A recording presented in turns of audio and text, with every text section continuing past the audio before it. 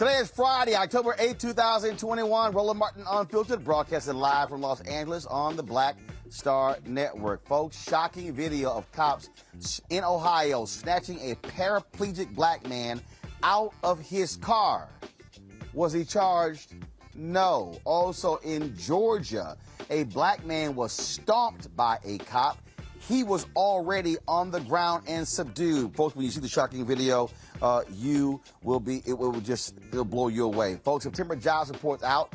Disappointing numbers. We'll talk with the black economist about what it means for black employment. Also on today's show, North Carolina State Representative Charles Graham announces his run for Congress. Boy, a really stunning video where this white candidate goes directly at the issue of the history of race and racism in North Carolina. Wait until you see this video. Also in our Education Matters segment, Bethune-Cookman University wants to reshape how business professionals transform the world economy. Folks, been a great show for you. It is time to bring the funk. I'm Roland Martin Unfiltered on the Black Star Network from LA. Let's go. He's got it. Whatever the miss, he's on it. Whatever it is, he's got the scoop, the fact, the find. And when it breaks, he's right on time and it's rolling. Best believe he's knowing. Putting it down from sports to news to politics. With entertainment just for kicks, he's rolling.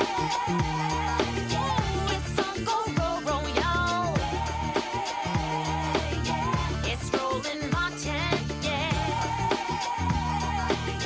rolling with Roland now. He's funk, he's fresh, he's real, the best, you know he's Roland Martin now.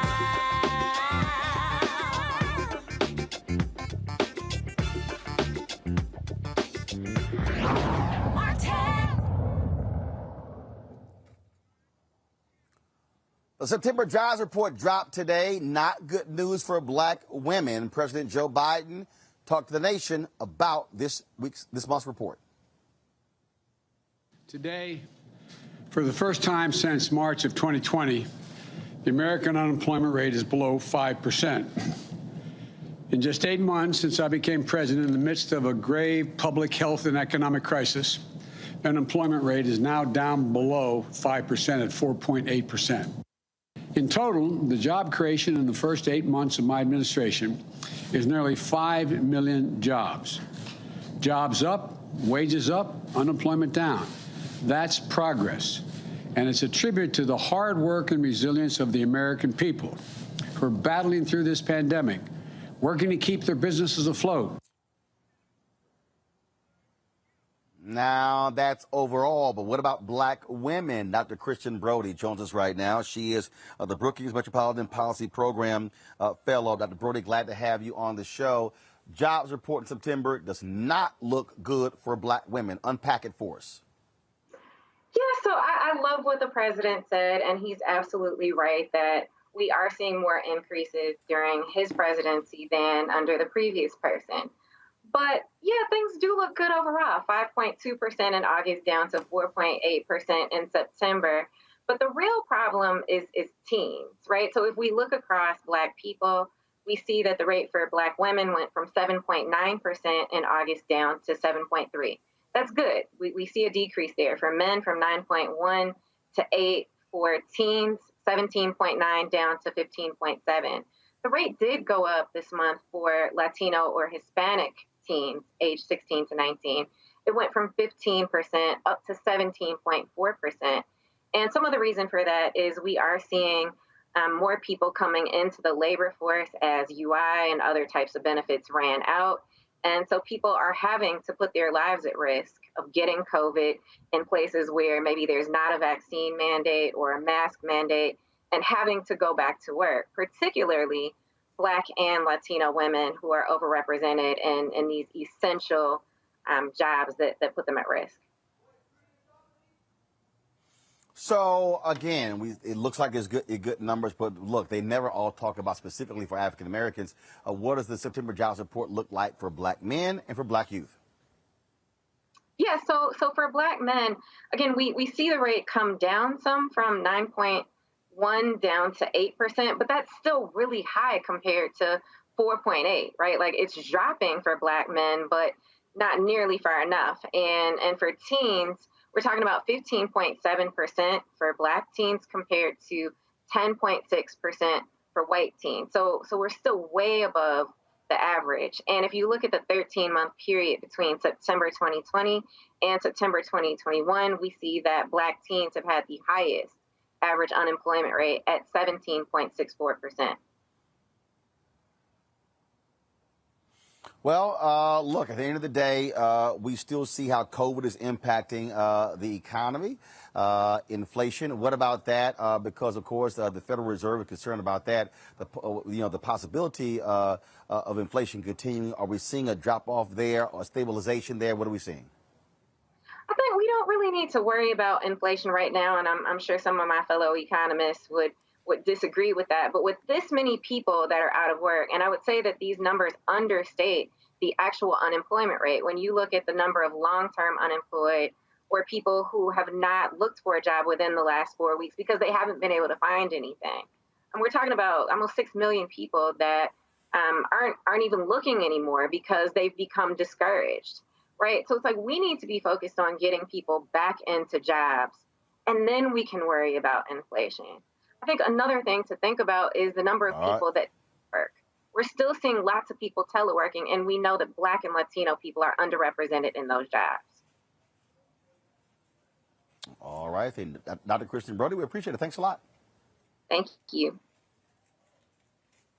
All right, let's bring in my panel right now. Of course, we have Michael Imhotep, host of the African History Network. Glad to have you here, Michael. Also on today's show, Tammy Allison. Of course, she is the partner attorney. And Kelly Bethea, communications strategist. Glad to have all three of you here.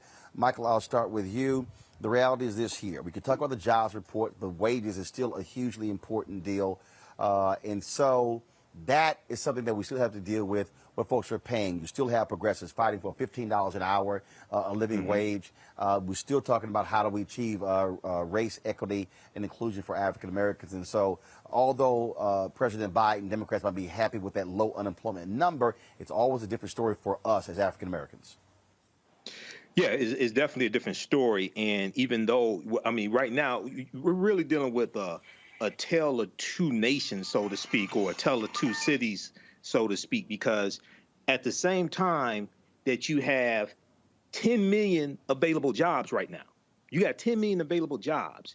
You also have people who say it's hard to find a job, they can't find a job, and you have employers begging for laborers. You have employers begging for workers, and we've seen an increase in wages. So one of the disconnects is because of COVID, there's more obstacles that people have to overcome, especially African Americans have to overcome to get to the job, okay? You may have had a car, and during COVID, you were down and at home, you let the car go. We see that 300,000 women left the workforce in the last month, and also we also see that we see students sent home, thousands of students sent home because of coronavirus outbreaks in their schools, et cetera. So we're dealing with a number of different obstacles getting to available jobs, okay? So there has to be, we got to really focus on removing those obstacles and actually connecting us with those jobs. It's different if jobs don't exist. There are 10 million open jobs right now. Kelly? No, I agree with Michael, but I also have to take into consideration the kind of jobs that are available and how people are actually applying to jobs nowadays. The pandemic brought to light just how valuable workers are.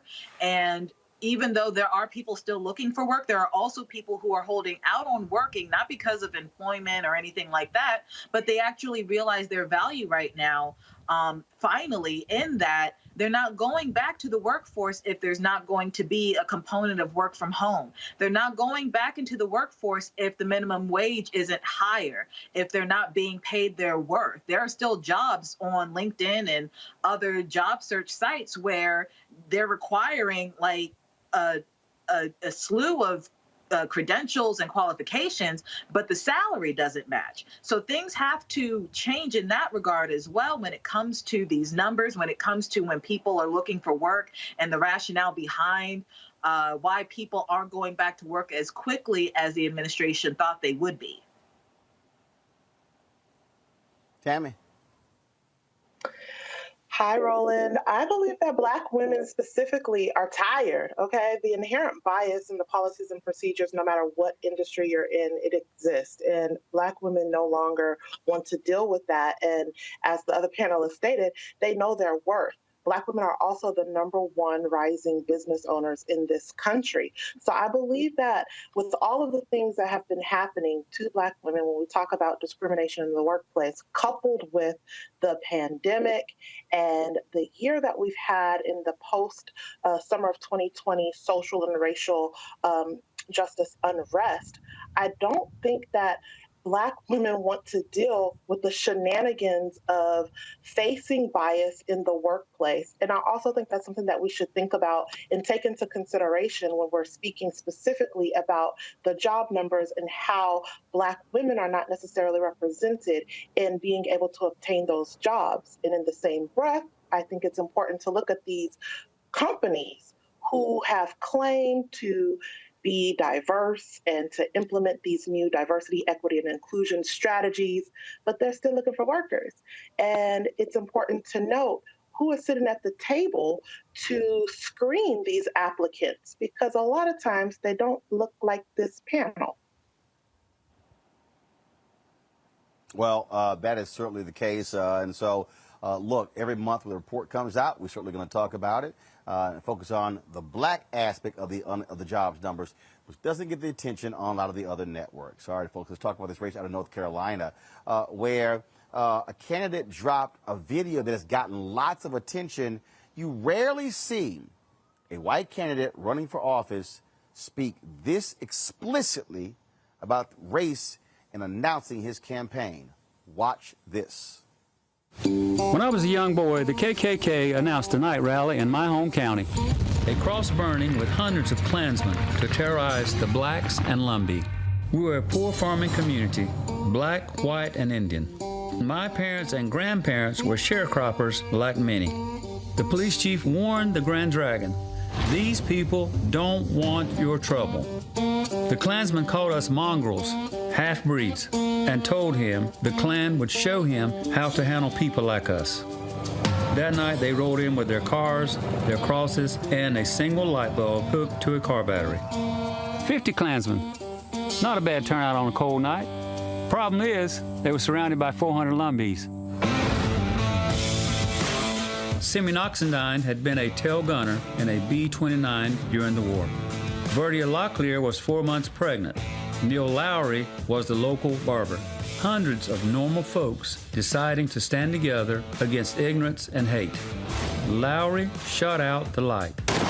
The Klansmen scattered. By the time the sheriff arrived to fish them out of the swamp, the press was running with the story. The Battle of Hayes Pond, where one town beat the Klan. A piece of forgotten history, worth remembering, especially today. In Washington, lies turn to violence. And the biggest lie is that America is at war with itself. That you can't trust your neighbor, that they want something that's yours, that you must live in fear of them. But the people who stood up at Hayes Pond refused to be afraid. I grew up with their story, and the lesson is human dignity is a human right. When I started teaching special needs children in the 80s, they had almost no rights in our schools. So I spent 30 years fighting the system to recognize their humanity. And as a legislator, I don't play politics. I study, I listen, and I vote my conscience. I'm Charles Graham, and I'm running for Congress because sometimes we're called upon to put things right, like Hayes Pond in 1958 and America today, where access to affordable health care is still out of reach to many families, where the Sandhills face the highest unemployment rates in the country, and our veterans return from war, seeking opportunities and finding none. These folks didn't set out to make history, they just answered a neighbor's call. It happened here before, and now it's our turn.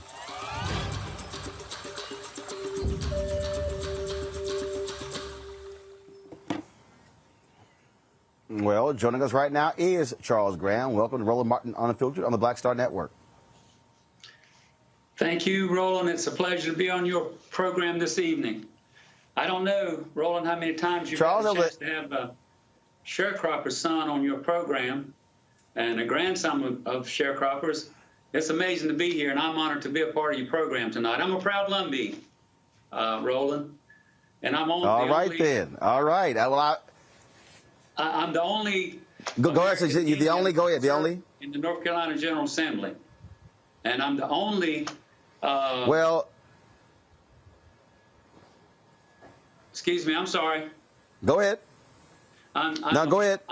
I'm proud to say that I serve on the American Legislative Black Caucus in my seat, and I want to tell you about our rollout, Roland. I'm very proud of it. I'm very proud of our message, and I believe. Well, it's gotten a lot of attention. It's got a lot of attention. Folks have been talking about it, and you were just very direct about this. And did you have any people who say, I don't know, Charles, maybe that's not how we open up? How did you say, no, this is how we're going to launch this campaign? Well, listen, my campaign is about unity, and this is what the Hayes Pond citizens demonstrated in 1958. We experienced people in this video coming together to fight hatred, to fight bigotry. And Roland, we moved forward to 2021 from 1958, and what do we see? We see the same type of bigotry, hatred, trying to undermine our democracy. The one difference between 1958, Roland, and 2021 is they weren't wearing sheets. This story talks about unity and division, how people can work together. And that's my message to the citizens of Congressional District 9. If we stay that way, of course, Roland, we have to go through redistricting. But, that's what we're all about. We need to unify. We need to work for the common values and have a representative in Congress who will do that. And that's what I'm about. And I would ask your viewers today, and I know you have folks who are very interested in what I'm talking about, and that is not dividing our country, unifying. And I would ask your listeners to support my campaign. VoteCharlesGraham.com.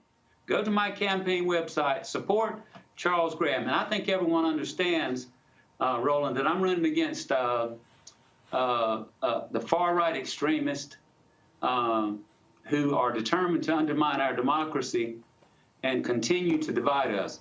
That's not what Charles Graham's about, and I want that story to be told.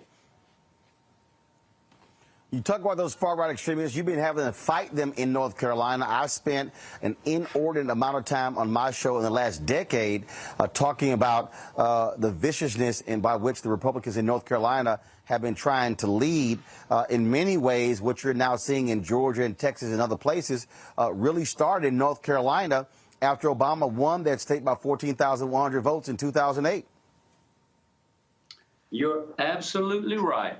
Absolutely, Roland, you are right. That's when we saw the General Assembly in North Carolina, after we had, obviously, during that time, redistricting, and they rolled out maps that were going to be in their favor in terms of maintaining control and running their agenda. And we still see that. I have served in the General Assembly. This is my 6th term.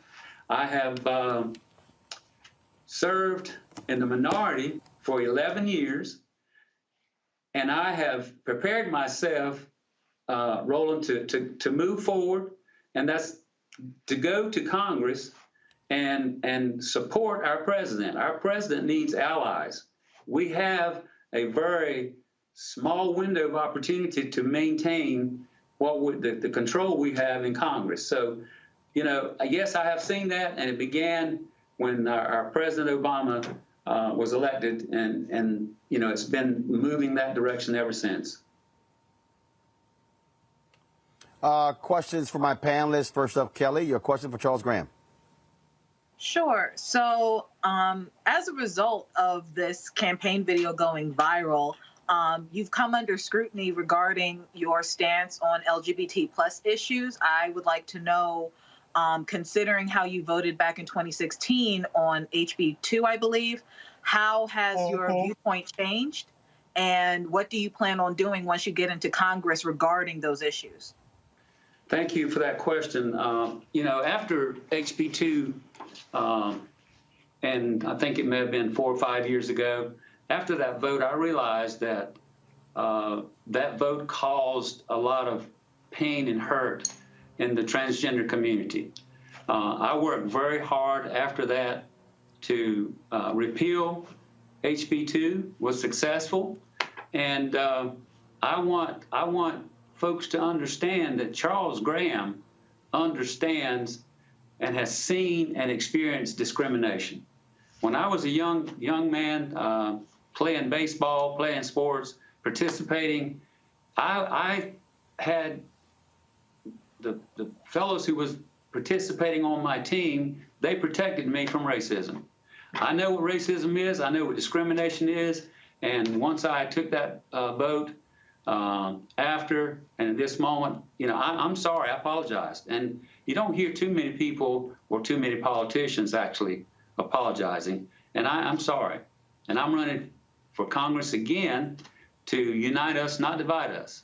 And my tenure, hopefully, in Congress will be one that the LGBTQ community will be proud of, not discriminatory, and respecting their rights to coexist in our society.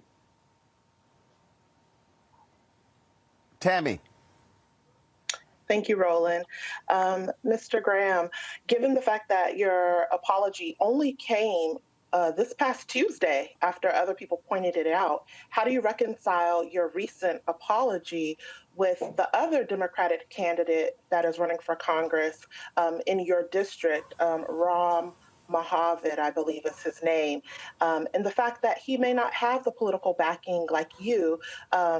Myself, I did run for Congress here in Texas District 6, so I understand the importance for raising money to put out a commercial that is as polished as yours, and it takes a lot of money. And given the fact that you have been in the state legislation for quite some time, you have that financial backing, whereas your Democratic opponent may not have had it. So how do you reconcile that, given the fact that your opponent is more grassroots than you, and the fact that you had to be called out before you apologize for that vote? Well, one of the things I'm proud to talk about is my experience. I'm an experienced legislator. I have worked on behalf of minorities in the legislature. I've also worked on bills that will support our communities, our poor communities, communities of minority. I come from a minority district. My district is 75% minority. I work within my Lumbee community, which I'm very proud to do. I work within the Black community, which I'm very proud to do. And the fact that I have the experience and I have the support of many individuals from the minority community. This rollout has been tremendous. And I am very excited to be able to allow people in this district and this state and this country to know who Charles Graham is. I am a man of color. I'm not one who will stand up on the floor and do what the sitting member did in Congress, and that is defy the President of the United States and not recognize him in a very important time when we're trying to get legislation passed, infrastructure legislation passed to support our families, our children. And it is certainly a time that we need to move forward, and that's my plans. I've explained my position. I'm certainly going to work in Congress on behalf of all citizens, including the LGBTQ community, including transgender rights. That is Charles Graham. My opponent would want you to think that he, along with his right-wing supporters, are in a position to do better things for people of color. That's not true. That's not true. And minorities, that is not true. And my intention is to work on behalf of all citizens. Yeah, I hope I answered your question. Michael. All right, State Senator Charles Graham. Hey, thanks for coming on today. Question for you: If you become a member of Congress, you're probably going to have to vote on bills like H.R. 40, which deals with a study for reparations to repair the damage of slavery and make recommendations, possibly Voting Rights Acts, possibly George Floyd Justice and Policing Act, or policing acts as well. What are your stances on issues and bills like that that directly impact the African American community? And then also, when you said 75% minority population in that district, like what is the ethnic or racial makeup of that minority? Because minority is a very confusing term. Yes. Well, you asked two questions there, and I'll try to answer both of those questions. My district, Robeson County, southeastern North Carolina, is about 40% American Indian, Okay. about 23% African American, and 25% Caucasian. We do have a growing number of Hispanics in our community, hardworking folks. Everyone in our county are, and here again, Robeson County in southeastern North Carolina is one of the poorest counties in the state and in the country. Yes. And I've been fortunate for the past 6 election cycles to have the support of my communities. I was very supported this last election cycle. I was the only Democrat, statewide, national, presidential, governor. I was the only Democrat to win my district. And I think I have the confidence of the folks in my district who are, and as I said, approximately 75% minority. And your other question about supporting Black Lives Matter, any legislation coming forward to me in Congress, if I get that opportunity, I can guarantee you, and just don't mind telling you, don't know what the language would be, have not seen the bills, but Charles Graham will support any legislation coming to him that's going to uplift the lives of minority people. All right, Charles Graham, we surely appreciate it. Thanks for joining us here at Roland Martin Unfiltered. I'm sure I will be spending some time in your state, especially when it comes to that U.S. Senate position, trying to get a strong progressive voice in there. So I'm sure our paths are going to cross. Well, listen, I appreciate you having me on your program. I look forward to having you come to North Carolina, and maybe we can work on some things together. And I thank the panelists for their questions, and look forward to moving forward in the future. And VoteCharlesGraham.com. All right. Thanks a bunch. Take care. Thank you. Folks, going to a break. When we come back on Roland Martin Unfiltered here in Los Angeles on the Black Star Network, Dave Chappelle getting lots of criticism for his latest Netflix special. Well, a group of a black LGBT organization, they say, hey, he should apologize. Netflix should remove that special. Cleo Monago disagrees. We'll hear both perspectives next, right here on Roland Martin Unfiltered.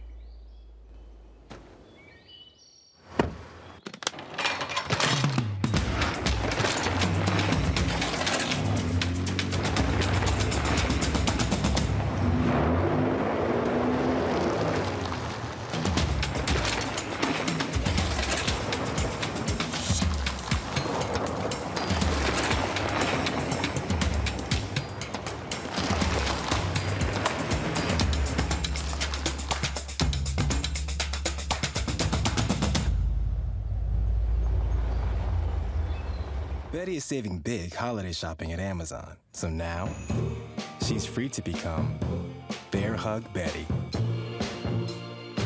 Settle in, kids. You'll be there a while. Ooh, where you going?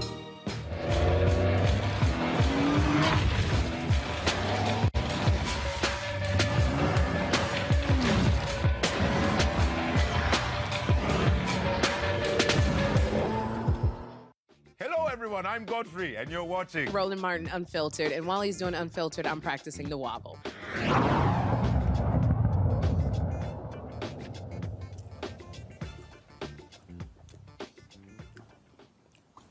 All right, folks, Dave Chappelle has a new Netflix special. It's called The Closer. Well, not sitting well with a number of LGBT organizations. GLAAD and others, including the National Black Justice Coalition, they are calling for Netflix to remove the special, saying Dave continues to make homophobic and transphobic comments. Last night, he had a screening of his documentary at the Hollywood Bowl. I was in attendance. He made it perfectly clear. He said he's not concerned. He is not going to get canceled. Joining us right now is David Johns. David leads, of course, the organization I was just speaking about. That is the preeminent Black LGBT organization. So, David, glad to have you back on the show. So please explain to us, why should, from your perspective, Netflix remove this Dave Chappelle special? First, let me say thank you, Roland, for creating space for us to have this conversation. I want to be clear in that it was the desire of the National Black Justice Coalition for us to do this, to have this conversation. And for me, it made sense to make this invitation to Brother Dave Chappelle to have versions of this conversation, including by demanding that Netflix take down the special, because Netflix has offered up resources to help us deal with many of the things that most of us who love Black people care about, which is white supremacy. So I want to be clear in stating that I celebrate Dave Chappelle's comedic enterprise. I appreciate the ways in which so many people rest in the ability to laugh and celebrate and jest and just take a break from the stress and trauma of being Black in this country. And I continue to be astounded by what feels like a lazy attempt at this craft by someone who has demonstrated the ability to be a genius, and forgetting that there are some of us who are also Black and LGBTQIA+. And so, again, all of this to say that I'm very well aware of Mr. Chappelle's comments about resting in the privilege that allows him to feel no regard for the implications of his comedy. And as someone who leads an organization that cares greatly about the overlooked and neglected needs of Black, queer, trans, and non-binary people, I'd like us all to do a little bit better. So how do you respond to folks who say, look, these are comedians. They talk about everybody. They talk about Black people. They talk about gay people. They talk about trans people. They talk about women. They talk about politicians. Yeah. They talk about everybody. Many comedians say that's what comedians do. You're not going to a keynote speech. You're going to a comedy show. Right. What I would acknowledge is, okay, and the next step is to talk about then what, right? So comedy is an art form. It's a form of entertainment that, when we think about the ways that Dave Chappelle has shown up, provides entree, right? Opportunities for us to think more critically and to engage more responsibly with each other. And so for me in particular, I am very much interested in this because Brother Chappelle and I purport to care about Black people. And in particular, when the comedy could lead to Black people, in particular Black people who are women, who are trans, queer, non-binary, who do not have the privilege to say, I don't care what people are saying about me because they're millionaires, and have deals with Netflix, right? When we're talking about everyday people who don't have those privileges, I remain concerned about the implications of the jokes or the art form. And let's just keep it a buck, right? We're Black people. And a part of this, what I've heard is people say, like, it's jokes. You should just be roasted. And there's two things that are important for me.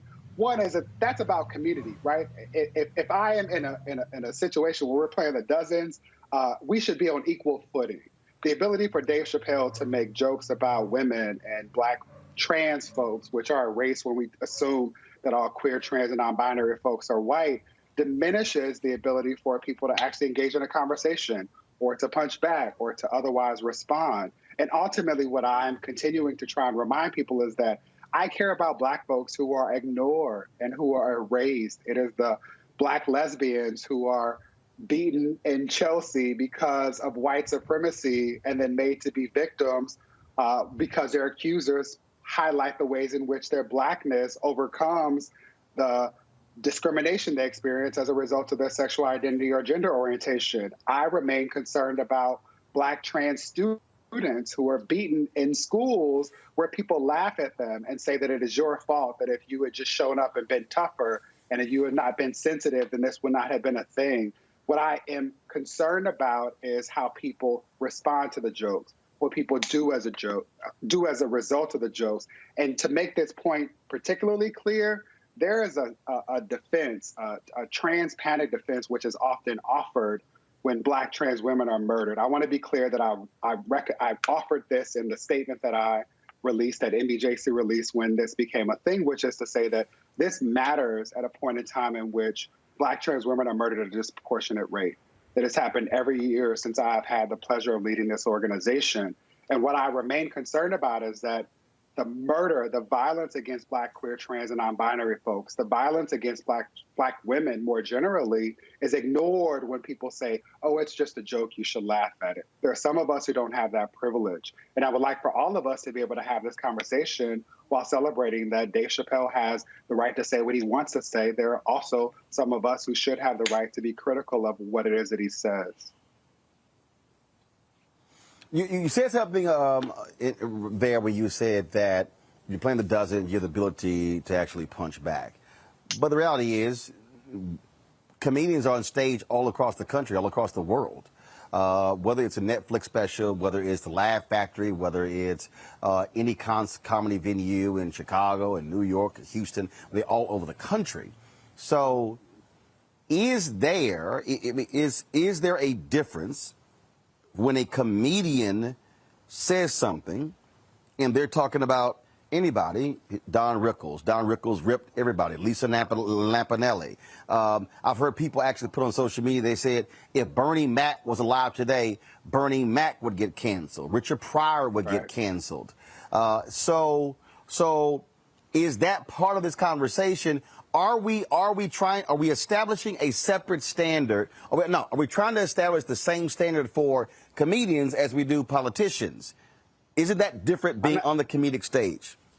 Yeah, I'm not interested in establishing standards. What I'm interested in is all Black people being free. And more specifically, what I want is for Black women, Black, queer, trans, and non-binary folks to not be forced to make the decision to show up and be visible, to have public jobs that require us or invite us to have these conversations, or to be safe.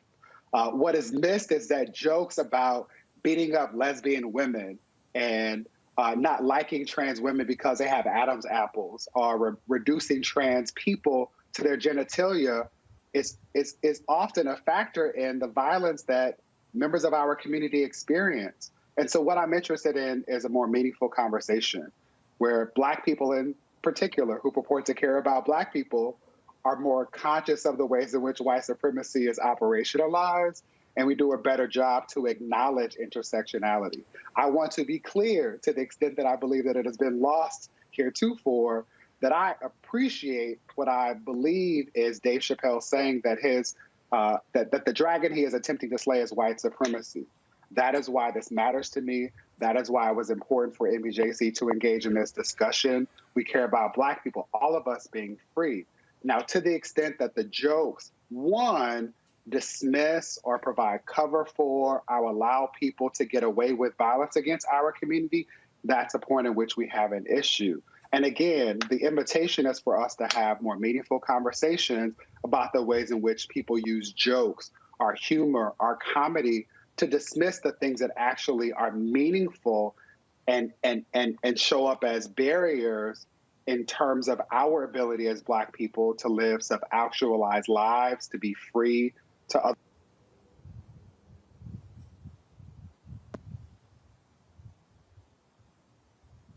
Questions from each one of my panelists. Let me lost David's audio. Y'all let me know when we actually have it back. So questions from each one of the panelists. First off, Tammy, your question for David Johns. Mr. Johns, how do you reconcile, cancel culture being so easy for someone to just get canceled at this point? And something that I say a lot, clemency through ownership, which is literal and figurative. The figurative component meaning say sorry so you can be forgiven. So if Dave Chappelle were to apologize for his comments, would you still have the same sentiments of, pushing for him to be quote unquote canceled, given the fact that in this, he's not apologizing. Just real quick, he ain't apologizing. Last night's show, he made it perfectly clear. No. He made it perfectly clear he ain't apologizing. And in fact, Stevie Wonder even came on stage and talked about what we should be canceling. He was there in support of Dave. All right, David, go ahead.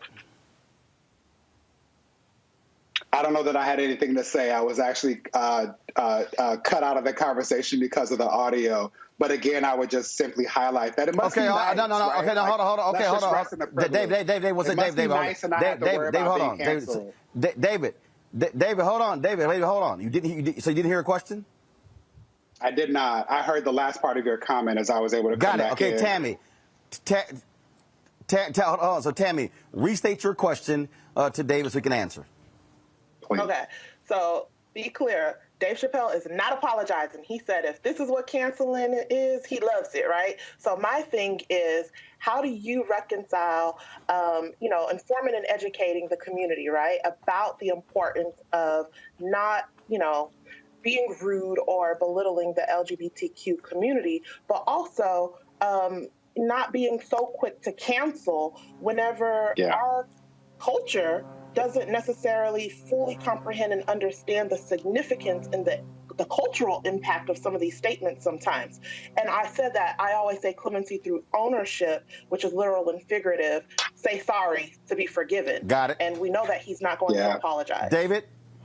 Yeah, I appreciate that, Tammy. Really thoughtful question. I want to acknowledge that this is not easy at all. There's no simple answer. I don't want to suggest that there is. I do want to name that it must be nice to rest in the privilege of being a millionaire who can say whatever you want without regard for how it might impact other people who do not have access to the privilege that you have been afforded to have access to, and just simply do and be and say. And again, what's challenging for me is knowing that the reality is that so many of us, not all of us, I don't purport to speak for all of us, but so many of us do not have that privilege. We are on track to have this year be the deadliest year with regard to the murders of Black trans women. And often, NBJC issues statements, much like the statement we issued around Dave Chappelle, around the murders of Black trans women, that doesn't get a modicum of the traction or energy that this has received. And so my hope is that while Mr. Chappelle continues to do whatever he will do, because he's privileged enough to do that, that we will continue to have these conversations.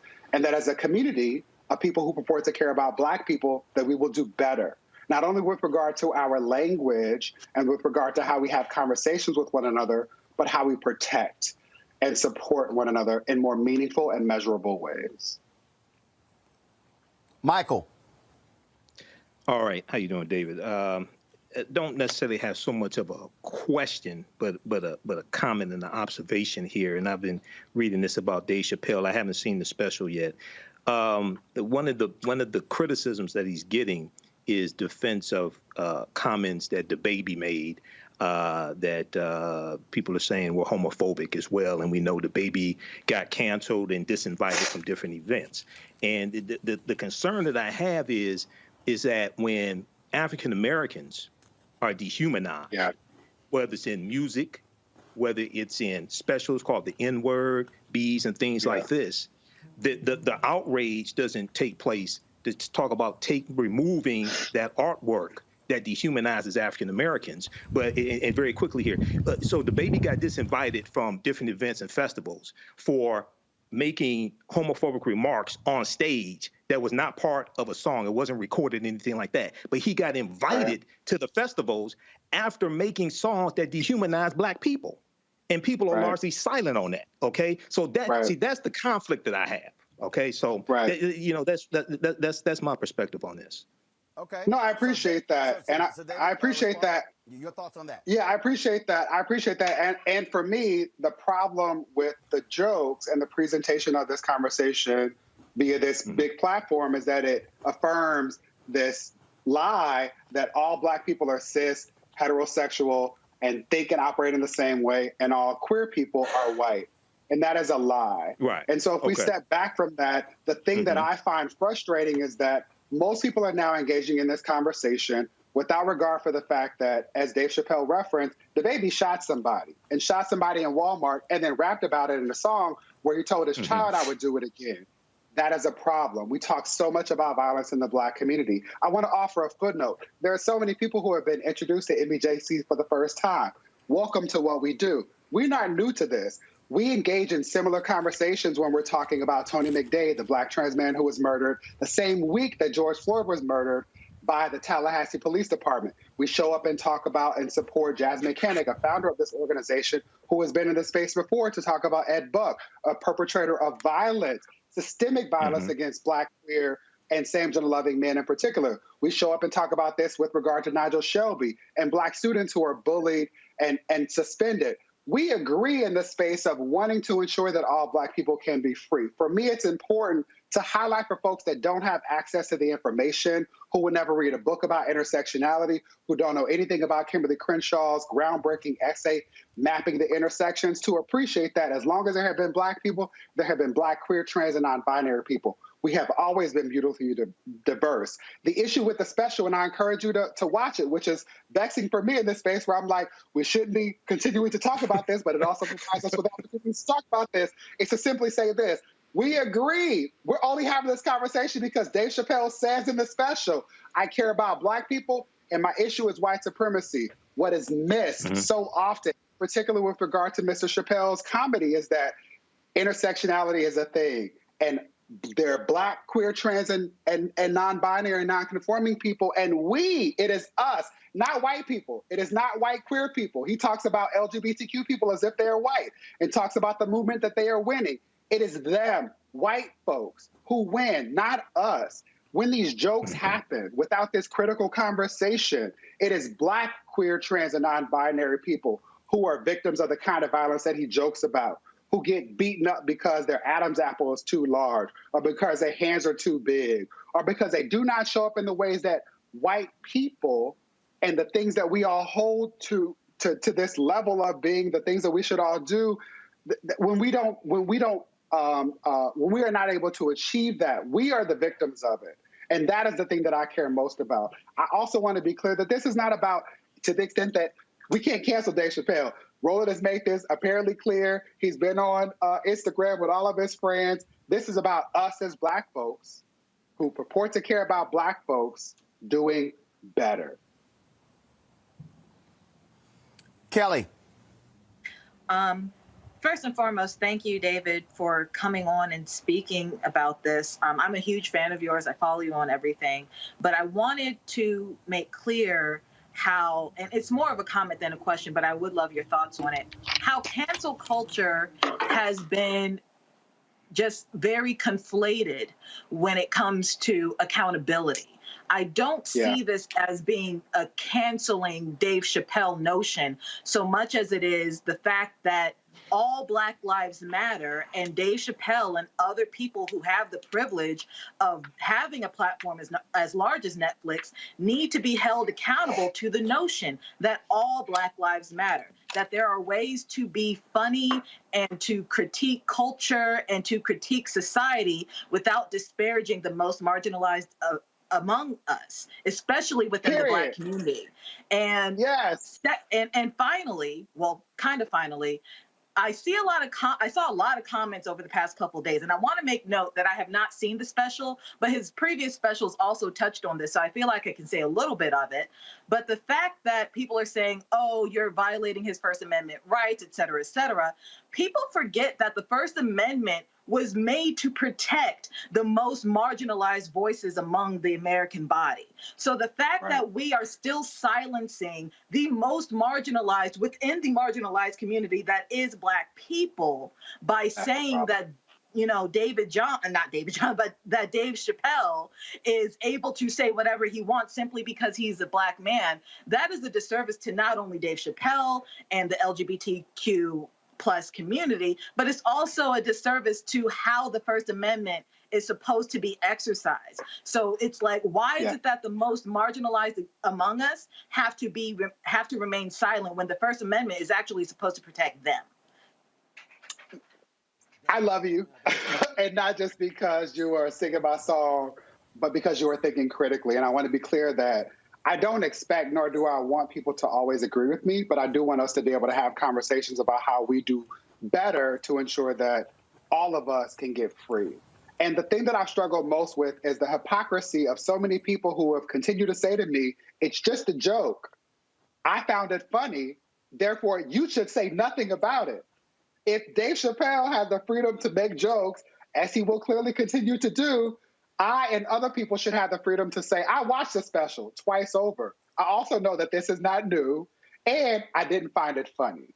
And two truths can exist at the same time. Beyond that, to your point, Kelly, I will continue to say that my issue and interest is in ensuring that all of us can be free. We are now actively having a fight, a conversation that hopefully will lead to us being able to pass the Equality Act. And the issue for me is that too many Black people consider the Equality Act a gay piece of legislation, something that will benefit white gay people or LGBTQ people generally, because again, the assumption is that all gay people are queer. And the reality is it's a civil rights piece of legislation. It addresses fundamental gaps in legislation that exist around the pieces of legislation that most Black people will name when they talk about the things that they care most about with regard to civil rights, right? This includes things like ensuring that Black women cannot be fired because of the way that they wear their hair, ensuring that all of us cannot be kicked out of a rideshare like an Uber or a Lyft because of the way that we show up in the world. I care about Black people. I really don't care as much about what George Carlin has to say or Rosie O'Donnell. What I care about is acknowledging that in this moment, there is someone who has an extreme platform, who has an extreme amount of wealth, an extreme amount of privilege, who purports to care about Black people. And I'm simply saying that if you purport to care about Black people, I would like to know if you actually care about all of us. And for me, that's the question that is being pressed at this moment. Heretofore, it has been possible for folks to say, I care about Black people, and that be code word for saying, I care about some of us. Those of us who show up in the ways that affirm me and the way that I make sense of the way that I show up in the world. The question now is, do you care about all of us? And here's the thing, we can disagree. You can say to me, I only care about Black cis straight folks. I only care about Black folks from New York. And that's fine. I just need to know where you are because there is so much more work to do to ensure that we can all be free. That's my goal. Thank you. David Johns, National Black Justice Coalition. We surely appreciate it, David. Thanks a bunch. Thank you. All right. Gotta go to a break. We come back. We'll talk with Cleo Monago, who is the senior advisor for the Black Men's Exchange. He has another perspective on Dave Chappelle, Netflix, and allegations of transphobia as well as homophobia. That is next on Roland Martin Unfiltered, broadcasted live from Los Angeles on the Black Star Network. Oh, that spin class was brutal. Well, you can try using the Buick's massaging seat. Ooh, yeah, that's nice. Can I use Apple CarPlay to put some music on? Sure, it's wireless. Pick something we all like. Okay, hold on. What's your Buick's Wi-Fi password? Buick Envision 2021. Oh, you should pick something stronger. That's really predictable. That's a really tight spot. Don't worry, I used to hate parallel parking. Me too. Hey. Really outdid yourself. Yes, we did. The all-new Buick Envision, an SUV built around you. All of you. Everybody, it's your man, Fred Hammond. Hi, my name is Brisha Webb, and you're watching Roland Martin Unfiltered. Ow. Well, I like a nice filter usually, but we can be unfiltered.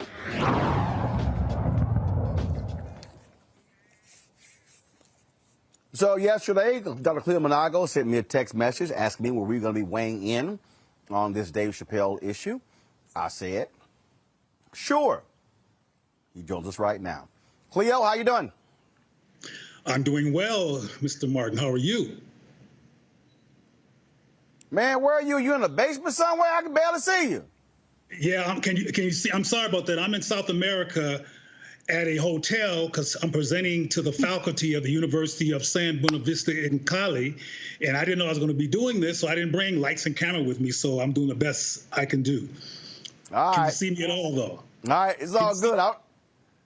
Yeah, we can see you. We can see you. Let's get right to it, Cleo. You wanted to weigh in on this issue. You sent me a text, a long text. I said, man, that's too much typing. Say that on TV. You heard the interview there with David. You've seen the stories. Folks saying, drop the special, get rid of the special. Dave Chappelle is wrong. He should not be making these comments. Your take. Okay, well, like you said, my message was long, so because this is a very dimensional issue. I appreciated some of what David said, which I think was provoked by the conversation here, because what he was talking about previously that I first saw was a part of what we're talking about as cancel culture, and for Netflix to cancel David Chappelle's The Closer. And I finally saw it. I mean, when I first heard about this controversy, I hadn't seen it yet. I finally saw it this morning. And my perspective after I saw it was definitely I don't support the show being canceled. One of the things that was said in your conversation with David is about the importance of us having conversations, and I've been saying that for a while, that we need to be having Black, acculturated and informed conversations about these issues. I think the reason that David Chappelle talks about LGBTQ and queer and all that as white, because white people are its foundation, white culture, it's how it's rolled out, and the people that lead it in this country that have the most power are particularly whites. Black people are marginalized by that community, and one of the things that David Chappelle talked about in one of his previous stand-ups was that reality. But what I want to focus on here is that I care about everybody, Black. I care about Black trans people and what's been happening among trans Black people. That 21 that was identified as murder. I care about the 9,013 Black people who were murdered at large, 8,469 Black men, 1,440 Black women, and the 21 trans people that we know about who have been murdered. They all matter to me. But what's being ignored, and frankly, I think the gay paradigm encourages the ignoring of Black contextual historical issues, is that David, regardless of his millions and et cetera, is someone who cares about Black people and Black life. And one of the things that he said at the very ending of his program was empathy should go both ways in terms of Black people and the LGBTQ white-led community, and toward Black people. There should be empathy both ways, and historically there has not been. And that community has been known to be marginalizing of Black issues, Black concerns, and it encourages Black people to go along with its agenda and its perspective instead of addressing contextual and cultural issues. And that's what comedian David Chappelle is trying to do. And I emphasize that he's a comedian because he's not a social scientist. He's not a behavioral health scientist. He's not a history major. He doesn't know the facts about the human story here. He probably does not know the issue of gender and gender nuance from an African perspective, because that's not his background. So he's an American citizen who's talking about what he sees. And what he sees, which is, because he's not blind, is an LGBTQ community that's white-led and practices racism. For example, and there's tons of them, in California, when Ed Buck did what he did, the white gay community knew about it because it had been reported, and they didn't come up in arms against the murder of Black men at Ed Buck's home. And I got tons of examples of that community not being supportive of Black people. But I want to get back to some issues that David raised so people won't get confused, because David said over and over again that Black people are queer, Black people are trans, Black people, et cetera. This is a diverse community. I have a relatively large following online as well, and there are lots of trans, same-gender loving, et cetera, people who support David Chappelle's perspective, who doesn't have the perspective of the National Black Justice Coalition. Some of them look at this through the lens of being Black. And what I mean, again, by that is David Chappelle is an advocate for the defense and empowerment and justice for Black people. And I believe that includes Black men, women, and everybody else. And as a result of us not considering that and looking at this simply from a gay defensive lens, we're not even looking at the fact that if you look at his special from the whole context, he had a very endearing and loving story about a trans friend of his. And that's not being talked about among the people who are critiquing him. And the very few times it is referenced is poo-pooed because, frankly, there's a tendency in the society to poo-poo what black men say, whether they're millionaires or not, because this is an anti-black society that does attack black men. And I'll finish this tangent with this because I hope to respond to questions. One of the things that clearly concerns David Chappelle is black manhood. And one of the things that I want to talk about at some point is the underpinning of why there's anxiety. I mean, he did a lot of bashing, if you will, around masculine traits of some trans people and made fun of it, which I found disturbing. And I understand contextually why people who are struggling, because transgender people struggle. Transgender people are bullied. Transgender people, well as all kinds of other black people, frankly, at larger numbers, are murdered and killed. But focusing on this issue, there are situations that lead to the death of trans people, and there's teasing and bullying and a misunderstanding or judgment around being too male, too female. All this stuff is actually occurring. But canceling the likes of David Chappelle cancels the opportunity to have a conversation about some of the things that's really causing black people, including David Chappelle, anxiety along these lines. We're concerned about the emasculation of black men. We're concerned about if what all black men have gone through historically has led to gender confusion. I'm not saying that is my perspective. My perspective is nuanced, and I don't want to get into that now unless it comes out of some questions. But there's some, he's known, David Chappelle is known for being one of the comedians who was given a whole lot of money to put on a dress, and he said no. And instead of engaging meaningfully from a black perspective why he said no, and what he was worried about, he was simply called femophobic, homophobic, transphobic. And that's what the LGBT community does. Even when black people take on that paradigm, we don't engage black anxiety and perspective around these issues to be educated about what's really going on. And if we did talk about the anxiety among black people regarding the compromise of black men, the impact of police brutality, the impact of castration, whether it's physical or social, all of these attacks on black males, and now the particularly black and male cancel culture. This is causing a rise in black people some anxiety that is not being engaged and unpacked. Instead, folks are calling people homophobic and transphobic and canceling them. And just like with the baby, as I said when I talked about that, instead of getting on the baby's case simply and marginalizing him or re-marginalizing him like this country tends to do to black men, we should have said, why did you say that? What inspired that perspective? What made you feel compelled at a concert that was not about homosexuality or sucking penises in the park? How did that come to mind for you, Jonathan? Because that's his real name. And the answers to that question, if he could actually bear them, would be very educational about what black people are going through, what black men are going through, what the anxiety is about this emasculation issue among black men, which is at the core of some of David Chappelle's anxieties in comedy. All right, got it. Questions now from panelists. Tammy, first. And folks, I need tight questions, tight answers. Tammy, you're first. Thank you, Roland. And thank you, Roland, for giving us all this platform.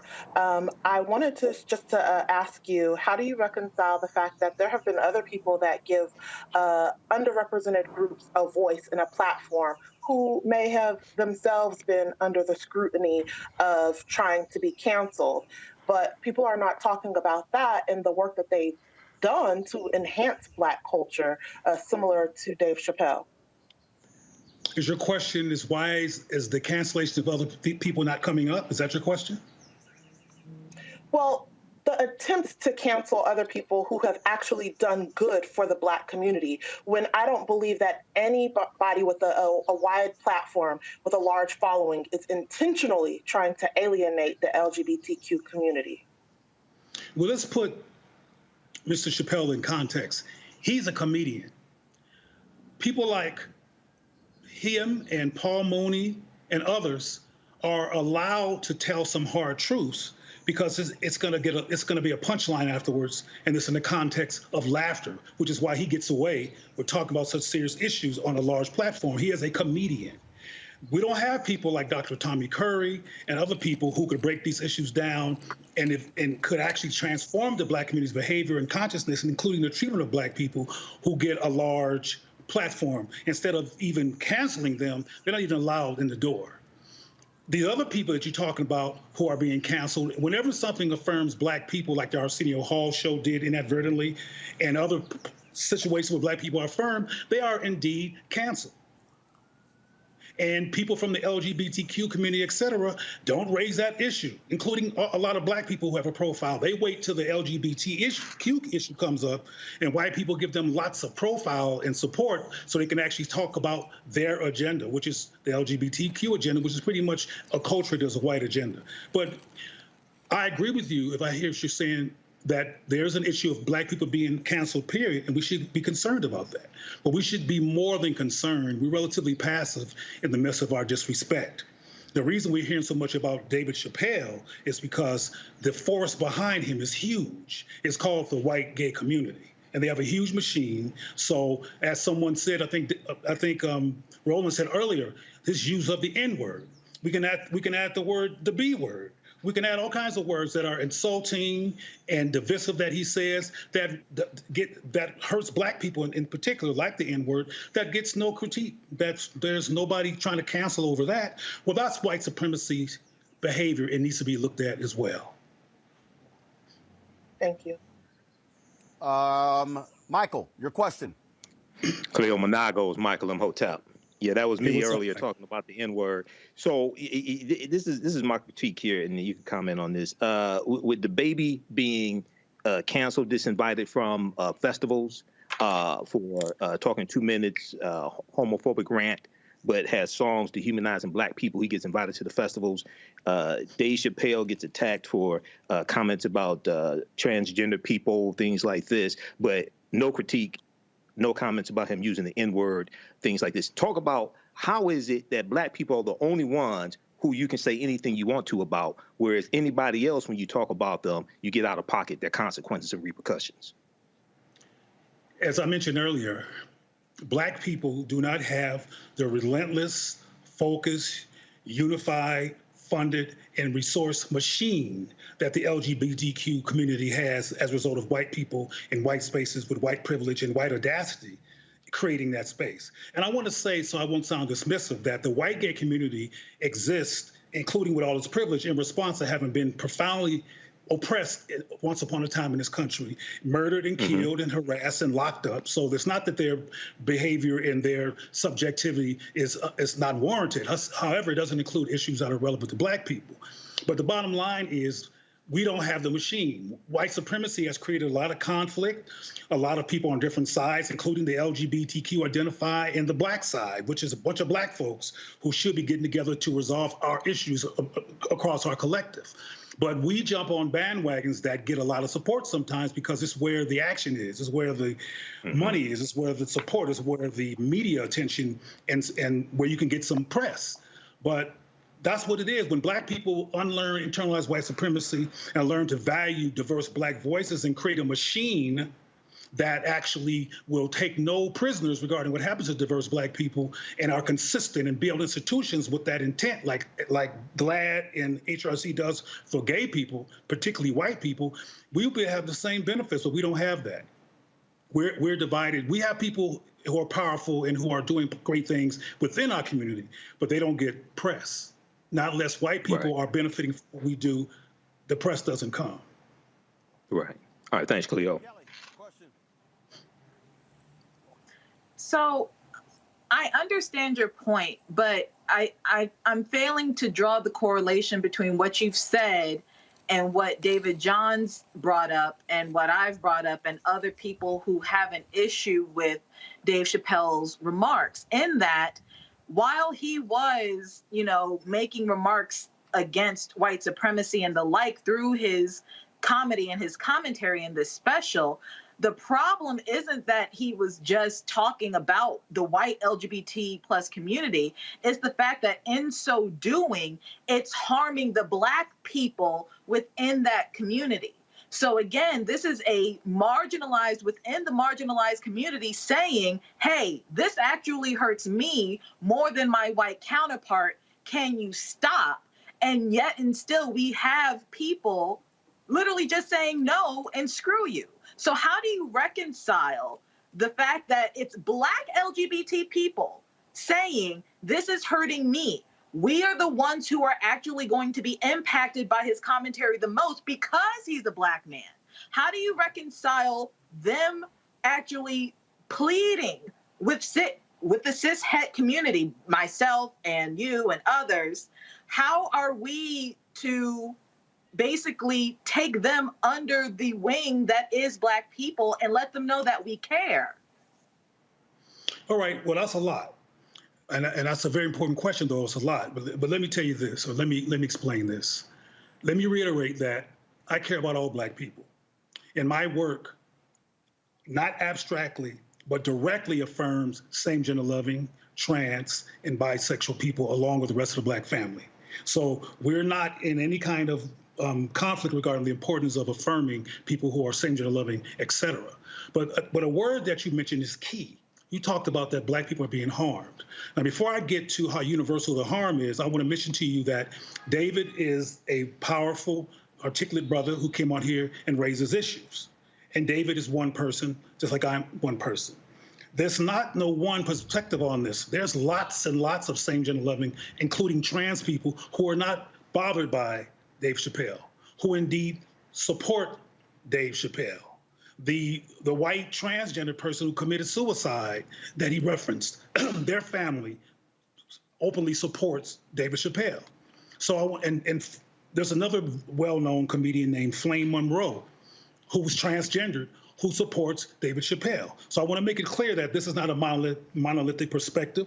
The National Black Justice Coalition is one organization, and there's other organizations with different perspectives, including the Black Men's Exchange, which doesn't share in terms of absolute precision to perspective of National Black Justice Coalition. Where we agree is that same-gender loving people, et cetera, trans, et cetera, should not be harmed. They should be allowed to be free. We agree there. However, the platform and the container in which we get to that point, we disagree with. I want to make sure that I talk about the harm. And I almost got emotional when I said that.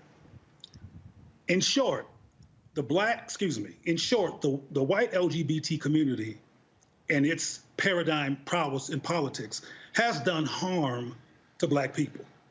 If you do a study of HIV and AIDS, and there's many, many other examples of how white gays wrote out the HIV and AIDS epidemic in terms of care and resources, they marginalized Black people, and by that act helped to create a epidemic that could have been further resolved if we were not put out by the white gay community.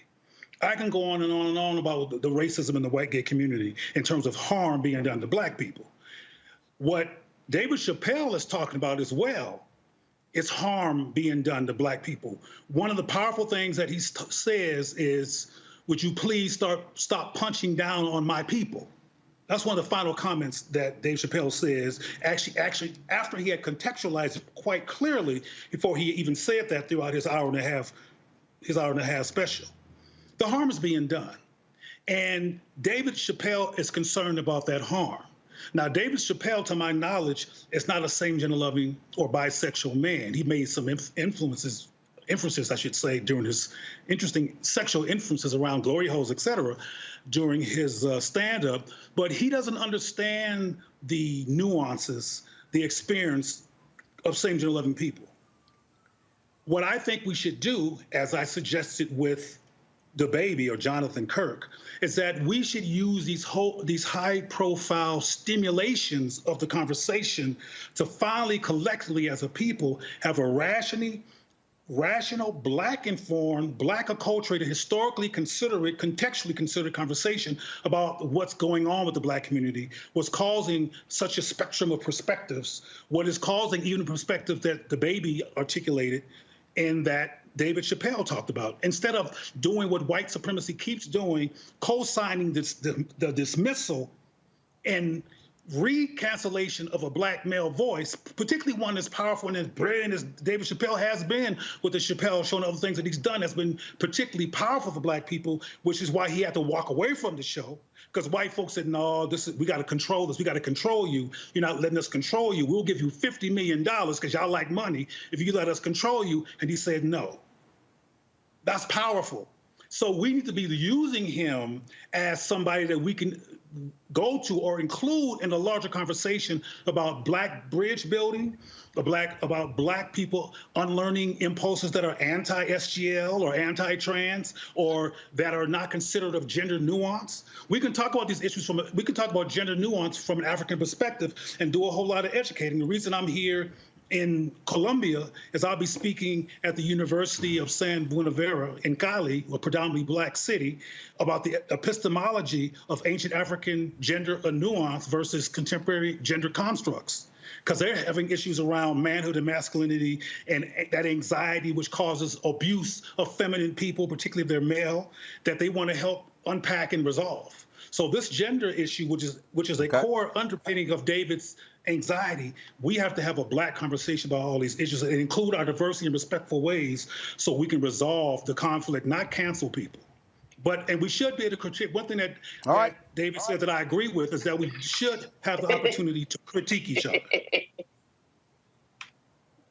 All right, Dr. Cleo Monago, we certainly appreciate it. Thanks for your perspective. We shall see what happens, but like I said, Dave made it clear last night, he does not care about people saying cancel him. He was real clear. Thanks, Cleo. Thank you for the invitation. Thank you all. Got to go to a break. More Roland Martin Unfiltered on the Black Star Network. We come back.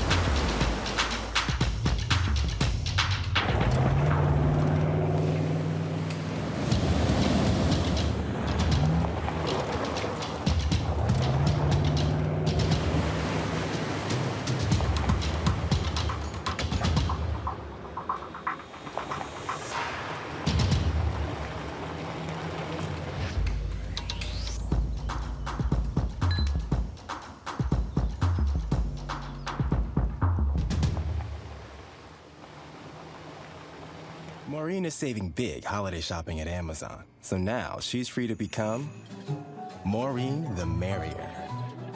Food is her love language, and she really loves her grandson. Like, really loves. Hi, I'm Kim Burrell. Hi, I'm Carl Payne. Hey, everybody, this is Sherry Shepherd. You're watching Roland Martin Unfiltered.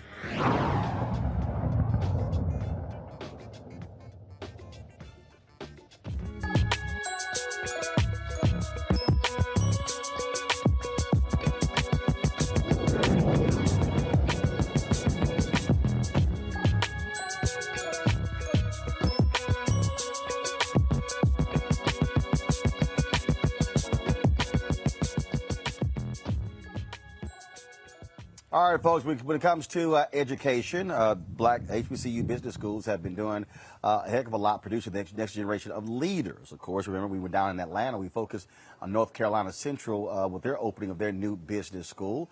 Bethune-Cookman, they have a new head of their business school there. Dr. Lawrence Drake heads up Bethune-Cookman's College of Business and Entrepreneurship. Dr. Drake, glad to have you, Roland Martin Unfiltered.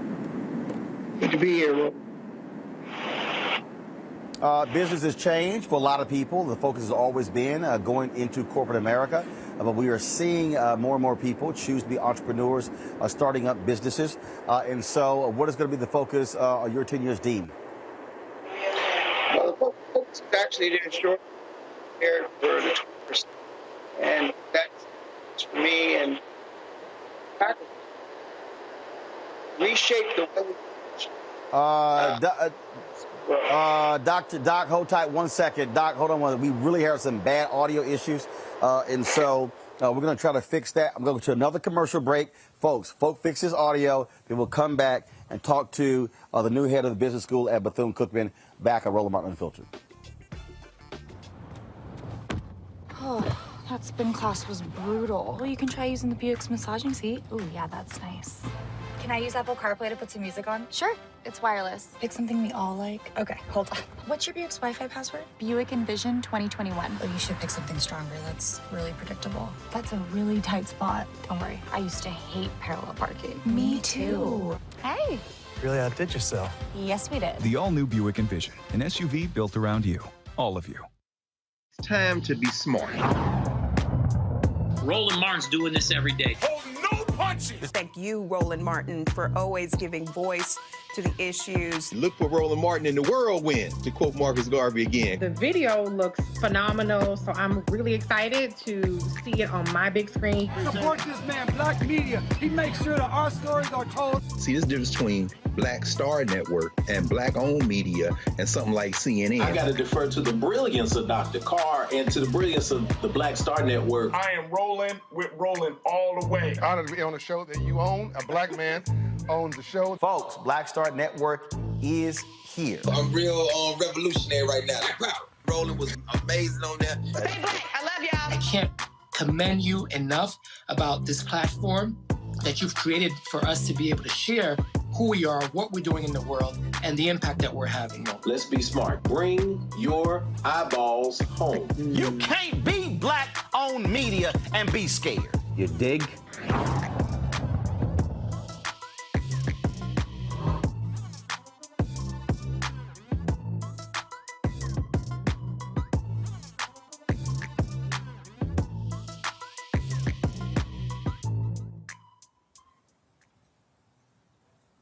All right, folks, we're trying to get Doc's audio straight, but let's show you this here. This video shot of a Georgia cop on October 3rd that's got folks raging upset. Watch this.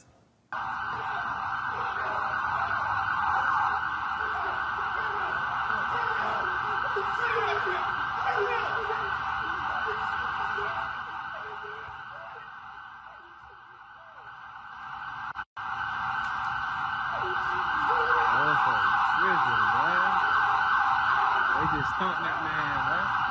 He just stunt that nigga. You watching it, bro. You mad as hell? You tired? Yeah, you mad. All right, folks, that's Georgia. Now, watch this video out of Ohio of cops snatching a black man, a paraplegic, out of his car. Watch this. What's your name again? Clifford Owensby? Yes, Mr. Owensby, turn the car off for me, please. All right, under your seatbelt for me. Yeah, I'm out of your seatbelt car. I can't step out the car, sir. I'm a paraplegic. I got help getting in. Well, I'll help you getting out. Excuse me? I'm gonna help you get out. Well, I don't think that's gonna happen, sir. Well, I do, because I'm asking you, but I'm telling you. So it's not an option. Can I ask you what's the problem? Yeah, the problem is that because of your history, I'm gonna have your dog do a free air around the car. You have to be out of the car. I can't get out of the vehicle, sir. Sir, I'm going to assist you get out of the vehicle. As someone assists you to get in the vehicle. No, you're not. No, you're not. You're not gonna touch me. You're definitely not about to touch me. And I'm about to go ahead and get somebody on the line because it will be a lawsuit if you put your hands on me for no reason, bro. Well, the reason is that I'm asking you. No. We ain't gonna go there. We about to get some people here that's about to witness what's going on. That's right. You gotta step out, buddy. I cannot step out. I'm a paraplegic. I cannot. Come on. I'm a paraplegic, sir. Come on, bro. Step out of the car. I cannot step out of the car. I cannot step out of the vehicle. I had this situation last night. You can get out. You can get out of the car. You got in the car. You can get out of the car. Hey, bro. Can you come down the street to Ferguson and Grand? The police just pulled me over and they trying to make me get out the car, and I'm telling them I'm a paraplegic. I can't get out the car without no help and shit. And these motherfuckers, they also should just come down the street, bring some people with cameras. Come down the street, bring cameras and bring somebody so they can witness what's going on. All right, come on. Time to get out of the car. I'm not getting out. I just told you I'm a paraplegic. I cannot get out. I do not want to have to. I do not want to have to. Can you call your white shirt, please? I will. If you pull me out of here, you better expect. So here's the thing. I'm gonna pull you out, and then I'll call a white shirt because you're getting out of the car. That's not an option. You're getting out of this car, so you can cooperate and get out of the car, or I will drag you out of the car. Do you see your two options here? Now, what you like to do, sir? I would like for you to call your white shirt. I will when I'm done. Get out of the car. Come on, bro. Get out of the car. Get out of the car. Come on, bro. Get out of the car. Get out of the car. Listen. Get out of the car. I am a paraplegic, bro. You can hurt me. Get out of the car. You can hurt me, bro. Get out of the car. Get out of the car. What are y'all doing, bro? Dude, you're making this worse. I'm a paraplegic, bro. I'm trying to tell you that I got help getting in the car. Y'all can hurt me. They can hurt me. Get out of the car. Bro, I'm a paraplegic. Get out. You have to get out of the car. Ow. Get out of the car. Somebody help. Somebody help. Stop right here. Somebody help. Stop. Somebody help. Stop. Stop. Stop. Someone help. Stop. So are y'all recording this? Stop. Stop. Somebody help. I'm a paraplegic. Stop. They are doing the unjust thing to me. Somebody please help me. Stop. Stop. Stop. Stop. You are hurting Stop. me. What are you talking about? I'm a paraplegic. Stop. Stop. I'm a paraplegic. I'm a paraplegic. Stop. You're making this worse than it needs to be. I'm a paraplegic. I gave y'all my ID. That's fine. I gave y'all everything y'all asked for. That's fine. Cooperate. Can y'all call the white shirt? You call whoever you want. Can y'all call the real police, please? You're about to get tased, dude. I ain't playing with you anymore. Ow!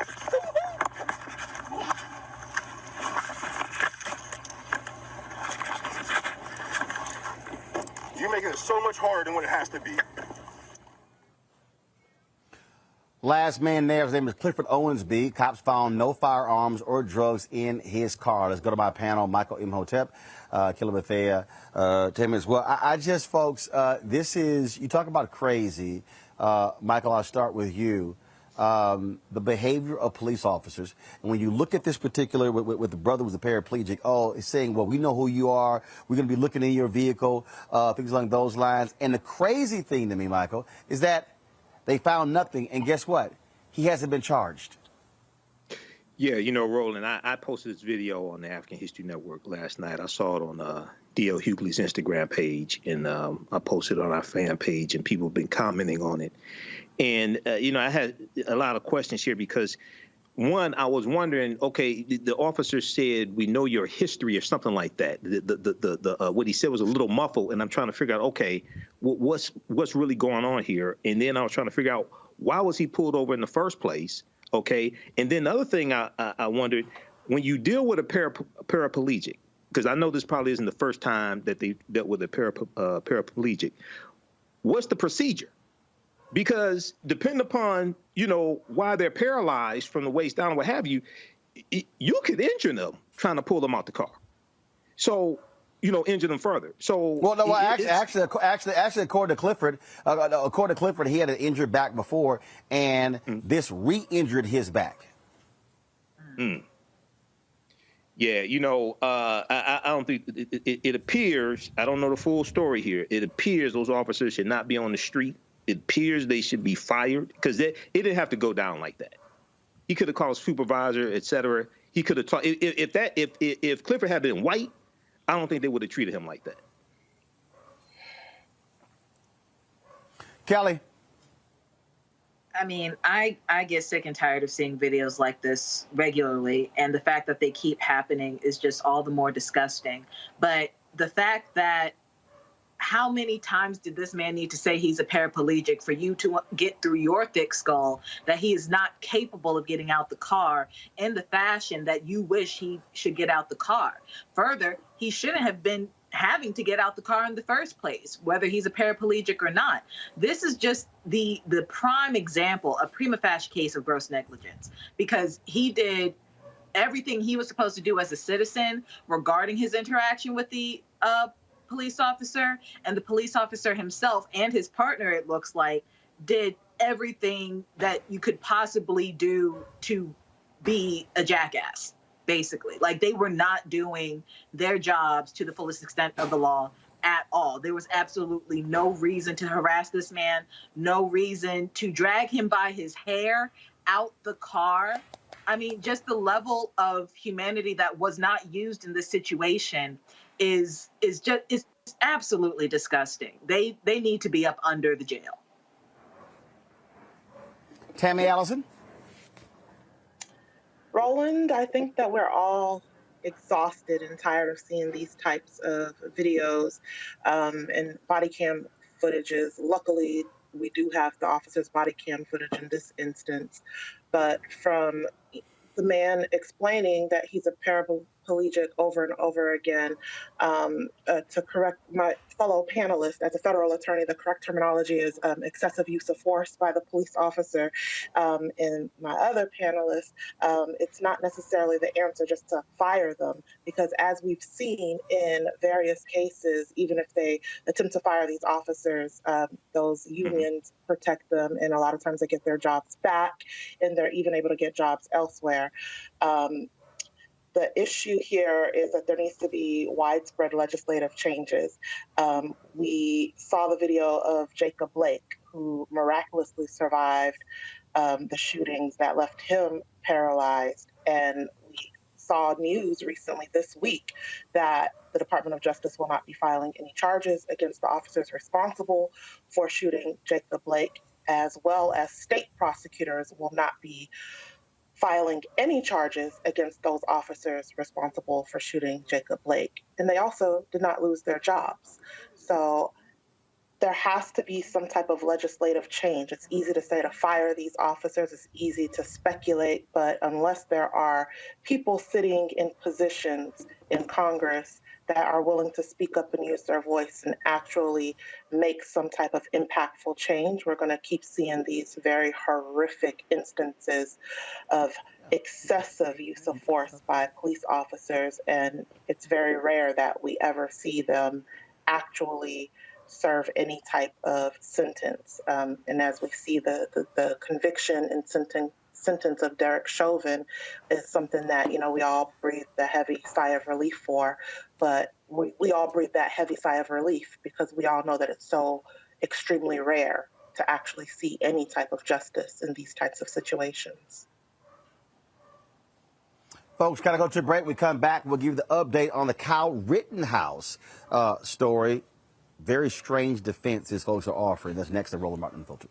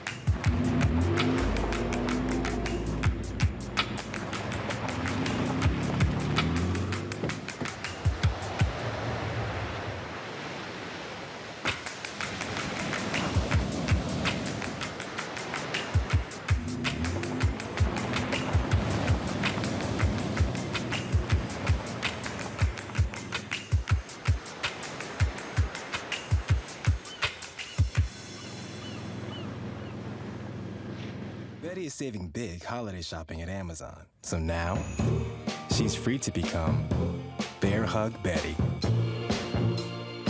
Settle in, kids. You'll be there a while. Ooh, where you going?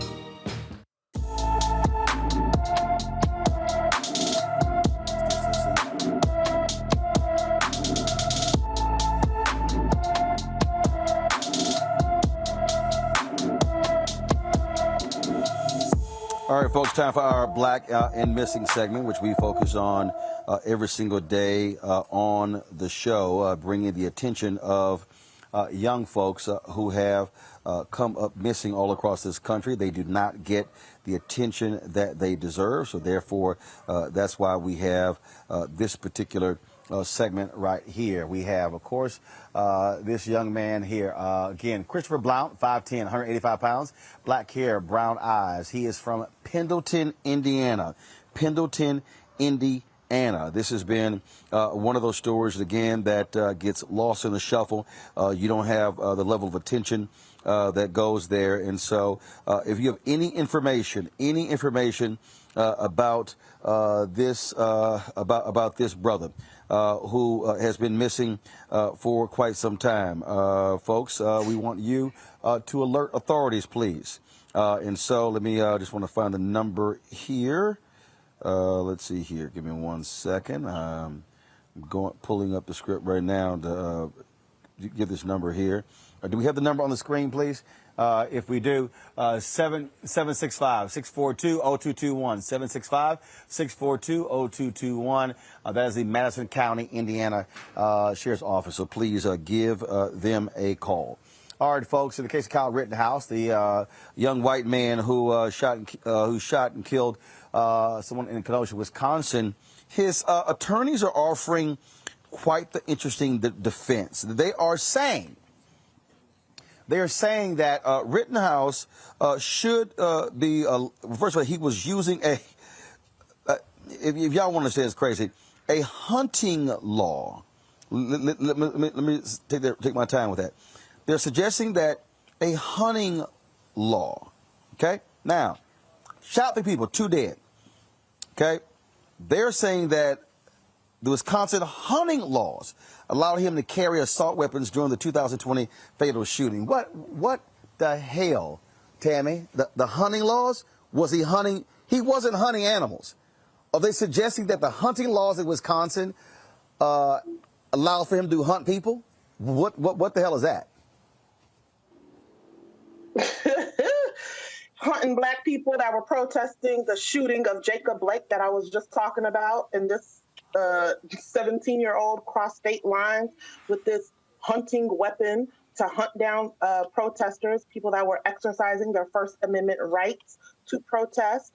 And the defense attorneys also tried to say that it was self-defense, but yeah, the protesters did nothing. And from my recollection, I think that he had initiated some type of contact with some of the protesters, and someone threw maybe a plastic bag at him. And to use this hunting weapon against them, it's just ridiculous. And, I know that there were some pretrial motions with the judge, and the judge trying to take some matters under consideration is what the judge said. In my experience, again, this is state court. In my experience in federal district court, you don't usually see a judge, take something, under consideration to actually think about letting the defense bring up, this hunting thing in his age. Usually you see it whenever they're in trial and maybe the judge is taking a matter under advisement until there's additional information with a pending motion. But this is wild. Kelly, this is quite strange. I mean, you hear all kinds of defenses. This is probably one of the strangest ones I've ever heard. Certainly strange, but also expected when you're talking about people who do not care about black bodies and black issues at all. I mean, we're talking about hunting black bodies, which was a thing, I do not hold anything past white people, specifically racist white people in this regard. I don't have much else to say about that other than it's sadly expected. Michael? Yeah, this is an example of a defense attorney knowing that they're desperate. So the first question that you would ask is, okay, so what was he in the middle of the street hunting? Second question, because the assistant district attorney Thomas Benger said, okay, did he have a certificate to hunt? Did he have a hunting license?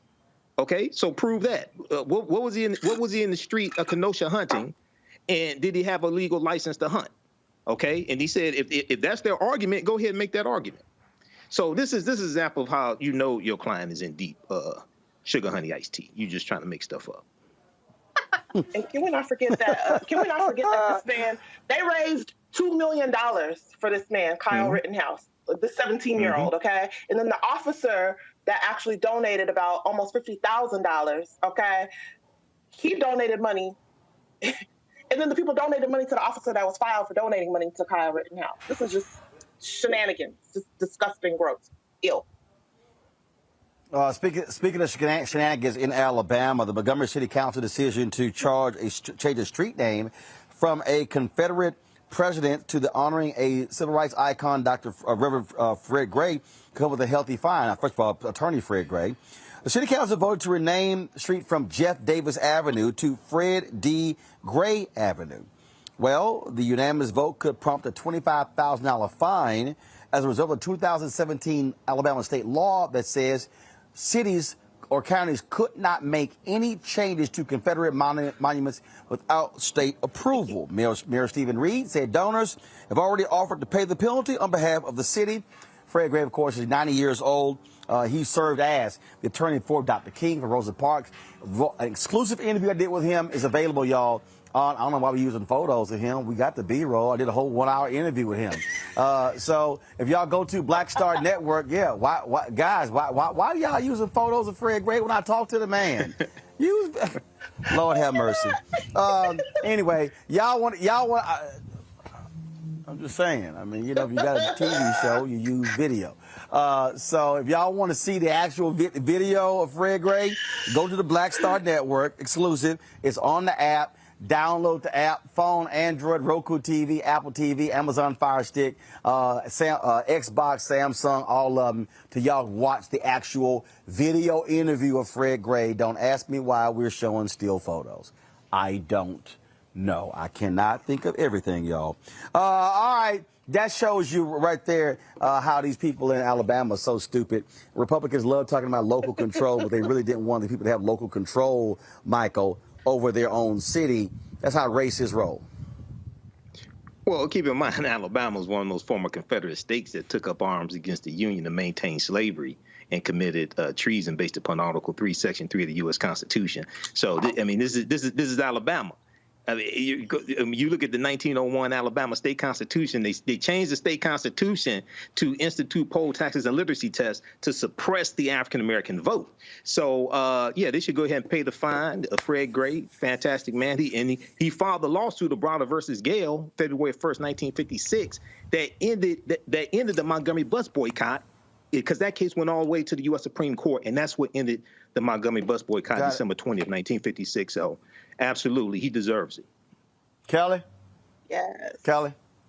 I mean, the fact that people are fighting so hard to not give a living black man his flowers, I mean, again, it is sadly expected, especially coming from a jurisdiction such as Alabama.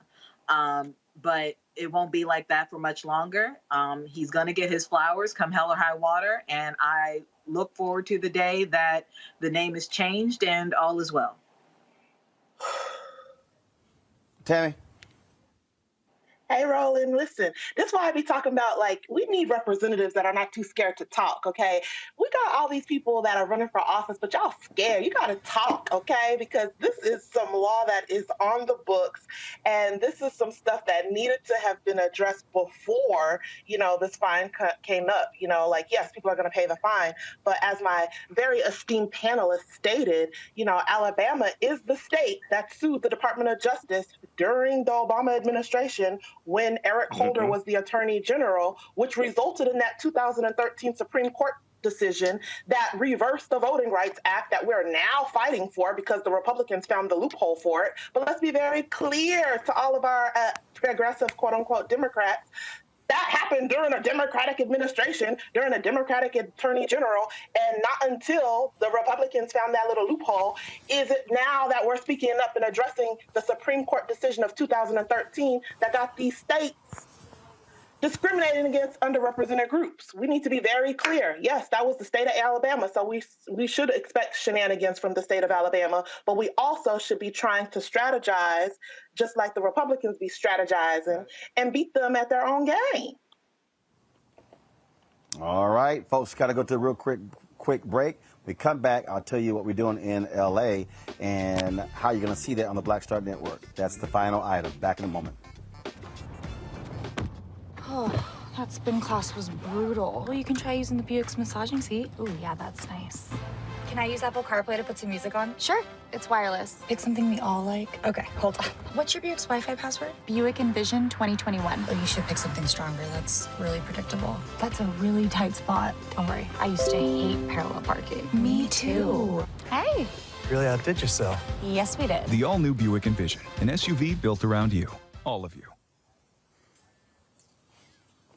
All right, folks, we've had an absolute fabulous week here in Los Angeles. Of course, we kicked everything off with the George Lopez golf tournament. We've been, of course, having fun, hanging out, doing that. But while when I wasn't playing golf, we were also doing some great interviews as well. And so we're going to be launching that. So one of the shows we're going to be launching is, Rolling with Roland. That's right. So we've been doing these 1-hour interviews, and we have been just, first of all, having a ball, y'all, with doing these interviews with a lot of different people. I want to show you some of these photos we've been doing. And so November 1st, we're going to debut on November 1st when we were in here last time. So right here you see Damaris Lewis. She, of course, is actress, model, and so you've seen her work. Y'all see the iPad? Let me know if you see it. There we go. Yes. So she was one of the folks we sat down and talked with. We've also had my man Matty Rich. Matty Rich, y'all have got to see this interview. An emotional Matty Rich when I connected him with Spike Lee. Also here, Michael Ealy. I had a great conversation with Michael Ealy. Yo, man, a lot of laughs there. My man, Laz Alonso, we talked to him. We also talked to Sherry Shepard, Guy Torrey, as well as Johnny Gill, as well as Dondre Whitfield. And so that was, we did this time. Last time we were here, we talked to Glenn Turman, Richard Lawson, Jeffrey Osborne, Michael Collier, Jack A., Bill Duke, and I'm missing somebody. Who else did we talk to? Oh, Mario Van Peebles. And so, folks, so the show is going to be called Rolling with Roland, a 1-hour interview, absolutely conversational, no agenda. You have no idea where in the hell we went with it, and some great conversations. And trust me, y'all are going to really love it. And so that's going to be launched November 1st. November 1st.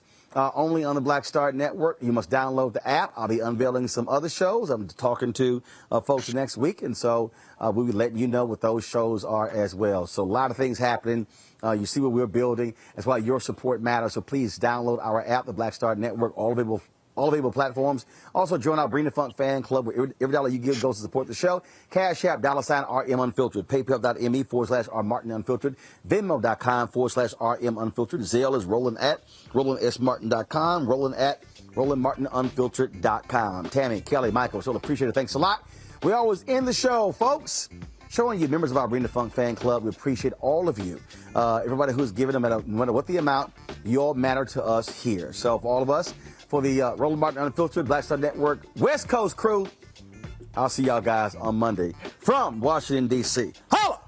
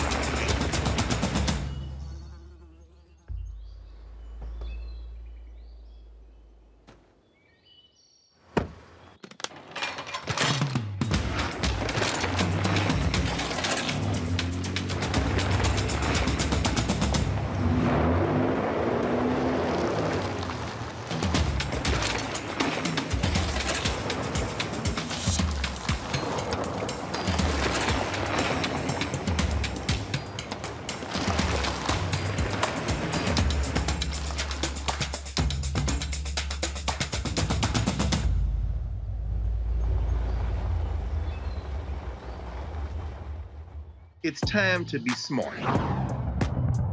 Roland Martin's doing this every day. Oh, no punches! Thank you, Roland Martin, for always giving voice to the issues. Look for Roland Martin in the whirlwind, to quote Marcus Garvey again. The video looks phenomenal, so I'm really excited to see it on my big screen. Support this man, Black media. He makes sure that our stories are told. See, this difference between Black Star Network and Black-owned media and something like CNN. I got to defer to the brilliance of Dr. Carr and to the brilliance of the Black Star Network. I am Roland with Roland all the way. Honored to be on a show that you own. A black man owns the show. Folks, Black Star Network is here. I'm real revolutionary right now. Roland was amazing on there. Stay black. I love y'all. I can't commend you enough about this platform that you've created for us to be able to share who we are, what we're doing in the world, and the impact that we're having. Let's be smart. Bring your eyeballs home. You can't be Black-owned media and be scared. You dig?